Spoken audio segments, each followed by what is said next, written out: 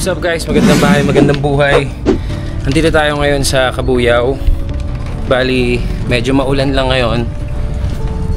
Pero ito, binisita natin tong isa sa mga bagong listing natin, which is a brand new house.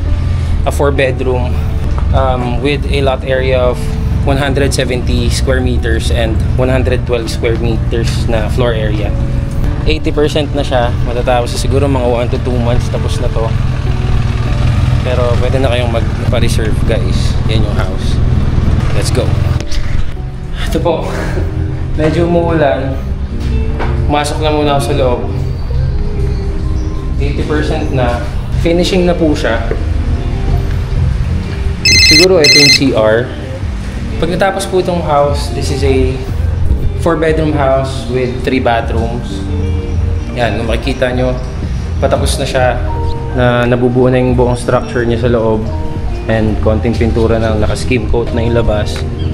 Siguro mga 70 to 80% na to. Mga ilang buwan na lang to. Well, this is in Camellia dos Rios Trails. Katabi po mismo ng The Country Club. So, kung nag-golf kayo, perfect tong lugar na to sa inyo.